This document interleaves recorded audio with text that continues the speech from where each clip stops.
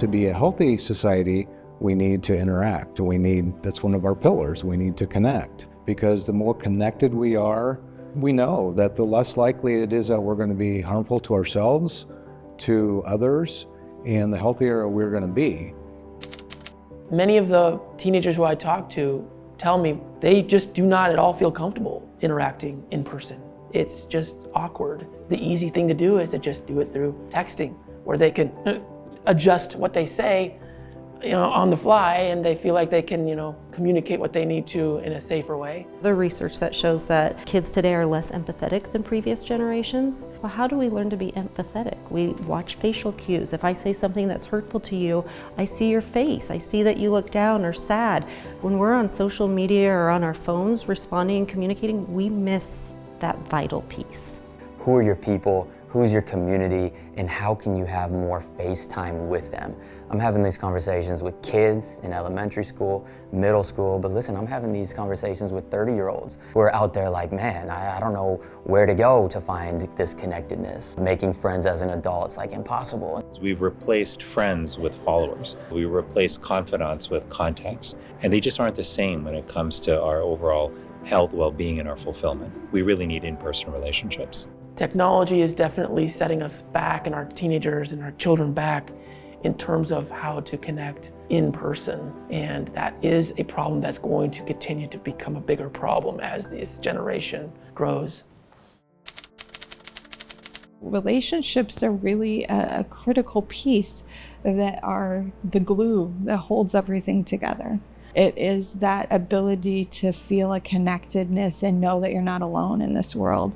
The more connected you are, the less likely it is that you're going to act out towards yourself. You're going to have less suicide in your community, less homicide, less substance use. Individuals who are feeling lonely, they don't feel like they're connected to anything. They feel anxious. They sometimes become depressed. And so they have these symptoms, and they want to mask these symptoms. They just don't know what to do, and problems arise. And so it's important that you become connected, or you help people become connected. We know that connectedness is a huge piece of kids engaging in school, staying engaged in school, thriving in their environment, feeling comfortable asking questions. The single biggest predictor of having a long, healthy life was social connectedness. Do I have family? Do I have friends? Do I get out with them socially? While we may have a large quantity of connections and contacts and conversations we can be a part of online, what young people often say they want is they just want somebody who they can talk to, who understands them, who they can be themselves with, who they can be open with, someone who's going to show up for them in a crisis. It is critical for our children, our young adults, to have a rich variety of relationships. That gives you more people to reach out to say, hey, I'm struggling. What would you do in this situation, or what can I do? Because you never know which group you're going to feel more comfortable going to open up to. We have to pay attention to a couple of things when we look at how relationships are built, and maybe more so maintained, is that face-to-face relationship building is really important.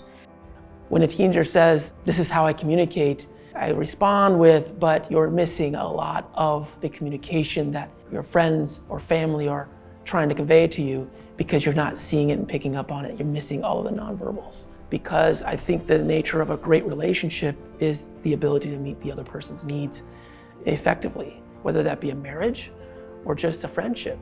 That's why it's important, is because I don't know how people can go on and be emotionally resilient and be emotionally healthy if they're not tied to networks and communities. If people are honest and they don't have strong social connections, that they would see that there's other areas that aren't going great. All of this stuff starts when we're young and we learn how to do it. We learn how to socialize. We learn how to be around people who we feel supported by. We learn, hey, I'm into this thing, and though this group's into this thing too.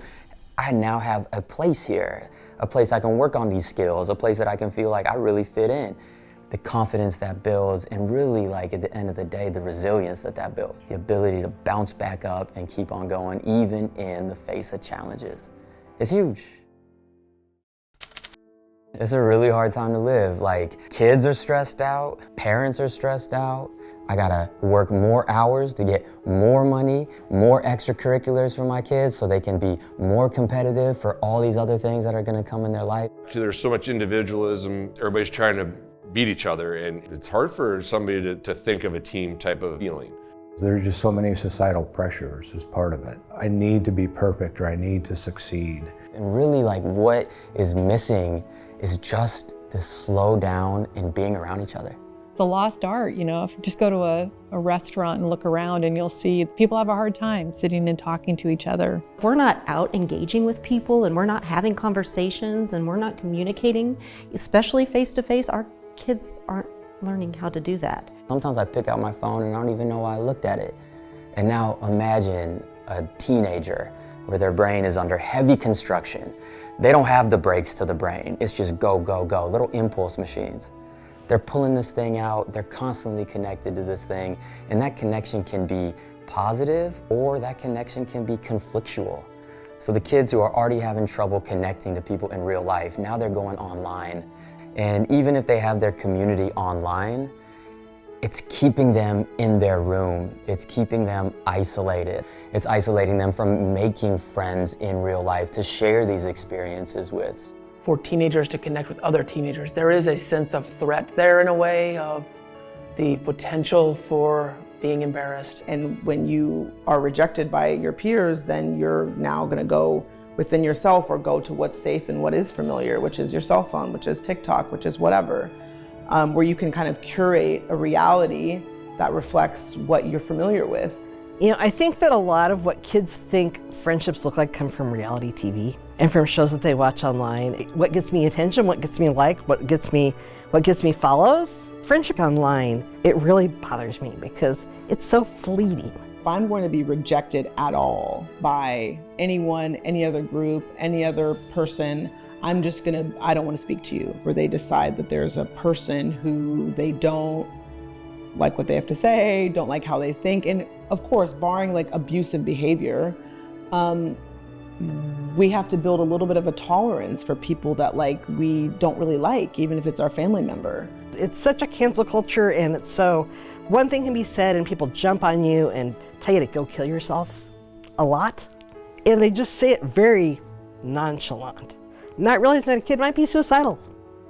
And parents need to realize that's being said to their kids on the daily, casually. And you don't know it's being said to your kid. And you're trying to carve out maybe 20 minutes a day to have conversation with them, and you're thinking, wow, that's a lot, 20 minutes is a lot. Think of how many hours people are having conversations with your kid right in their ear. That's scary. We gotta be paying attention as parents, and dang, it's hard. I wish it wasn't so hard. Social isolation for young people is dangerous. For all people is dangerous, right? What we do know is that the suicide rates for youth is one of the highest age groups of concern. And people say, well, why is that? That's when you're meeting new people and you're starting new schools and you're going through change. Your body's going through change. And there's just a lot of pressure. But the pressure to succeed is just increased so much over the years. And that's really, I feel, has compacted on youth. Your circle and your environment says a lot of what pathway you take. I don't have anybody around me, and that takes a toll on somebody's emotional resilience and their mental well-being, because they don't have that extended hand of, hey, this is support, this is guidance. For some kids who they have maybe communities that aren't in as much in abundance here in the physical, they can find that community online. Social media can be a helpful thing, but it should not be the only way we're connecting. Because I really don't think that a sense of belongingness and meeting that need to feel known and understood can be accomplished there. We teach our kids how to drive a car. I would never just say, here's keys, figure it out. The same is true with cell phone use, technology, social media. And I've never thought technology was bad, but how we interact with it and use it can become problematic. So if we teach kids, there is a time and a place for it, but there's also a time and place to put that away and engage in human connection and face-to-face conversations and time to enjoy other things outside of our screens, then we set them up for more success, right? How do we help kids develop those relationships? Because it's a skill. Relationship building is a skill, and if we don't use it, we lose it. I had a number of adolescents coming in telling me TikTok essentially told them they had social anxiety disorder. Connecting with what I know to be true social anxiety disorder, what I realized was people were talking about being uncomfortable just being in conversations because they hadn't been in the practice of it for a while. Once they were more comfortable communicating and interacting and socializing again, and I was encouraging that, they found that, they remembered how to have a conversation. They just needed more practice. There's an activity called the conversation tree. And the conversation tree is essentially like starting at the trunk. So I say use your eyes, ears, and brain to come up with a good initial question. So if it's Monday, easy question is, hey, how was your weekend? Okay, they get a response. So now our job is to come up with our follow-up question, to stay along that trunk, to not go way out on the branches until they've gotten to a point where that conversation is complete, essentially, and finding a way out now. Hey, it was great talking to you, or see you later, I gotta go. Starting point, follow-up questions, ending point. And once we practiced it, of course, the two of us, and then their homework is to practice with others.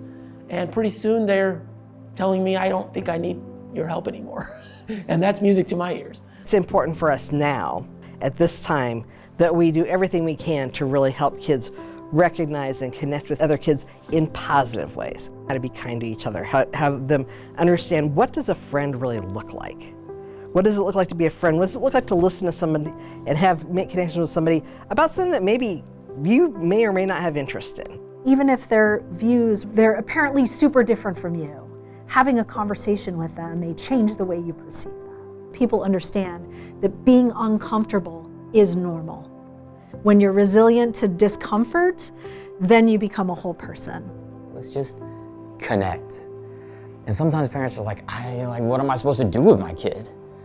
And so then I'm just like, listen, man, if they like sports or whatever, pretend you're just a sports broadcaster and just broadcast what your kid is doing. Just announce it. Oh, you got the dinosaur. Hey, now you got King Kong. And you're not asking questions and you're not taking them away from their play. You're just reinforcing what they're already doing. And you're just in the moment with them. And you're teaching them so much by just doing that. You don't have to redirect them. You don't have to criticize them. You're just connecting with them. We're 2 ears and 1 mouth. We should listen more than we speak. And if all I'm doing is formulating and thinking about what I'm going to say next, I'm not just in that moment. And how powerful it is to just be in that moment. And I think the other thing that's really important is that we be vulnerable, and that it's okay to say we don't have all the answers. And that it's okay to say that to a young person, to our own children, that let's figure it out together. If we set aside 20 minutes with the people that we love in our life every day, our lives would change dramatically. Having them look at you eye to eye, going out for a walk with them without any devices and just asking about what's happening in their world, I think is incredibly important. You may feel like, well, I just don't feel connected to them because they're like, stop asking me that, leave me alone. You know what? They want to hear that. Individuals who are in distress want somebody to ask them, how are you feeling? How are you doing? That's important. And the more we connect with our kids, I think of it like a bank account.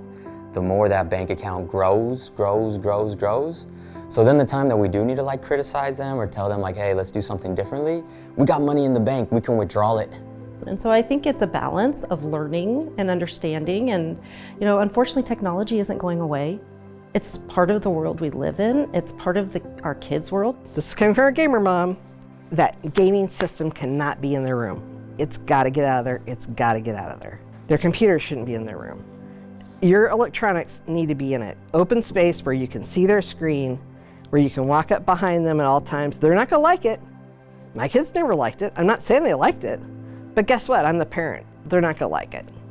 I mean, my kids are still in gaming. That became a big piece of their life. But they'll still say, I got off there because your people were just on there being toxic.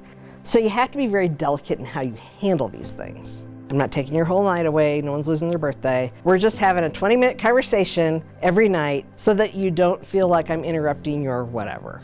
And then we start setting expectations as a family about what are things going to look like.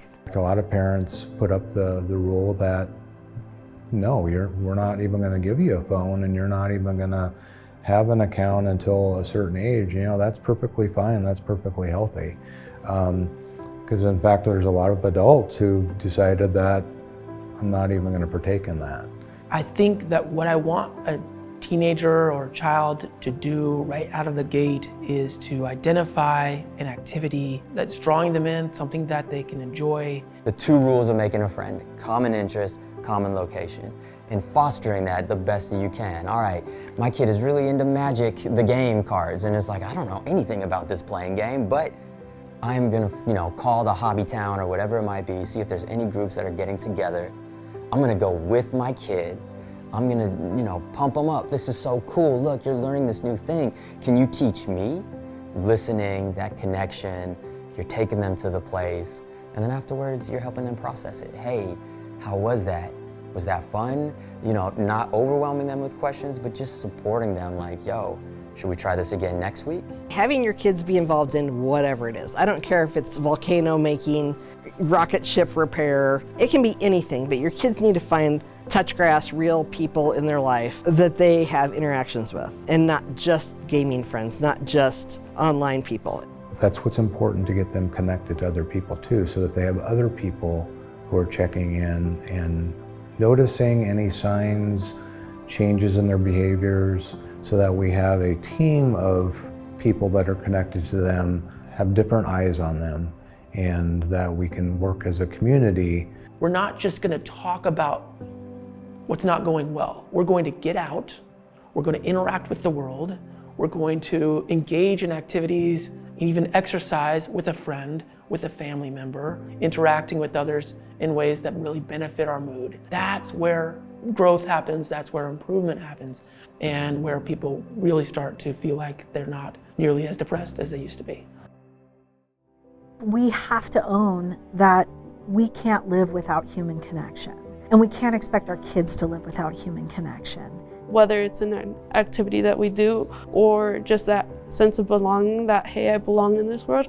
Everyone needs to have that sense of feeling part of their community. But it takes work. It means getting to know your neighbor. It means when you're waiting for your kids to finish baseball practice, you actually talk to the people who are sitting next to you as opposed to sitting and playing on your phone for an hour. Guilty. Just being willing and actually engage in the whole idea of wanting to get to know the person who's across the table, across the road, wherever they might be. The more connected we can become as a community, the healthier community we're going to be, the healthier our kids are going to be, and the more successful our kids are going to be. We know this is a hard time. We feel it as adults. So if it's hard for us, know this is even harder for your kids. And so no matter what their challenge is, if you're connecting with them and if you're meeting them with empathy and you're meeting them with love, you can't go wrong. Just that connection piece is the foundation for all of these other pillars to start on.